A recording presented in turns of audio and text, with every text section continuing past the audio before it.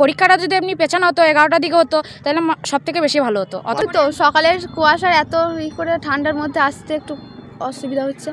মাধ্যমিক পরীক্ষা 2024 সালে মোট মাধ্যমিক পরীক্ষার্থী 9,20,000-এরও বেশি। তবে এবছর সময়ের একটা পরিবর্তন করা হয়েছে। পুলিশ প্রশাসনের কড়া নিরাপত্তার মধ্য দিয়েই মাধ্যমিক পরীক্ষা শুরু এবং শেষ হয়। এখন দেখে নেব কি বলছেন পরীক্ষার্থীরা, কেমন হলো পরীক্ষা। আজ বাংলা একজন করে বলো, কোশ্চেন কি রকম হয়েছে? ভালো হয়েছে। কত নাম্বার অ্যানসার দিলে? মোটামুটি 70। কি ফার্স্ট ডিভিশন হবে মনে হচ্ছে? হ্যাঁ, ফার্স্ট ডিভিশন হয়ে যাবে। রচনা কি এসেছিল? রচনা ওই মানব জীবনে কল্যাণ, মানব কল্যাণে বিজ্ঞান। আচ্ছা, মানে যা আশা করে আত্মকথা, যা আশা করেছিলাম সেইগুলো আসেনি, আনকমন এসছে রচনা। পরীক্ষা মানে এখন তাই। কোথায় বাড়ি আপনার? মাকাল তো।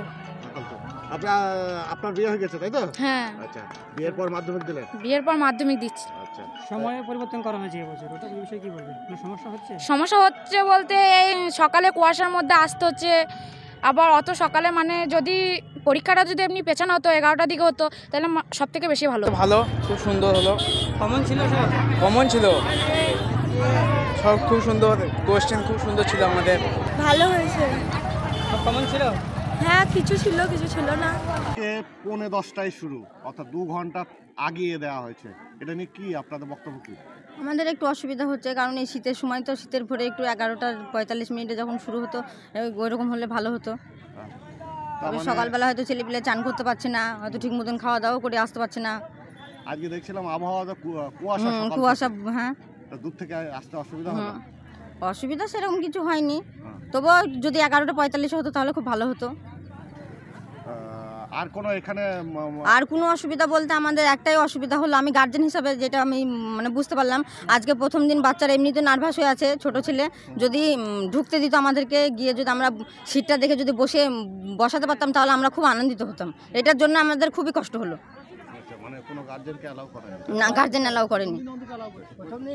প্রথম দিন যদি আজকে করতো তাহলে আমি খুব উপকৃত হতাম, কি আরও সব গার্জেনই হতো, সবারই একই কথা এইটাই।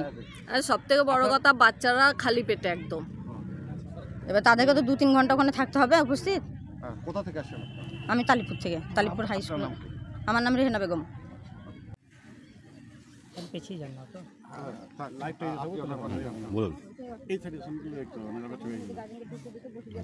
আপনার কে এখানে পরীক্ষা দিচ্ছে? আমার মেয়ে। আচ্ছা, কোনো অসুবিধা? মেন প্রবলেম স্যার, আজকে যে ভোরবেলায় সকালবেলায় বেরিয়ে এত কুয়াশা, গাড়ি নিয়ে আসা অসুবিধা, অ্যাক্সিডেন্ট হওয়ার চান্স থাকতো বিরাট। এই এত কুয়াশা, তাতে কত কষ্ট। আর 11টার সময় পরীক্ষা দেখুন রোদ উঠেছে, এখন আর বেরিয়ে আসতে বাড়িতে কোনো অসুবিধা হতো না। এত কুয়াশায় আসা খুবই প্রবলেম হয়েছে। আর দ্বিতীয় যে ম্যাটার বললেন, এই একজন গার্জেন যদি আজ ঢুকতে দিত, আমরা সাহস বাড়িতে মেয়েদেরও বাবারা এসছে, সিটটা পেয়েছে, সে আনন্দ পেতাম মনে, কিন্তু সেরকম কোনো সিস্টেমই নেই। না, একজন করে গার্জেন যদি দিতে সুবিধা হতো।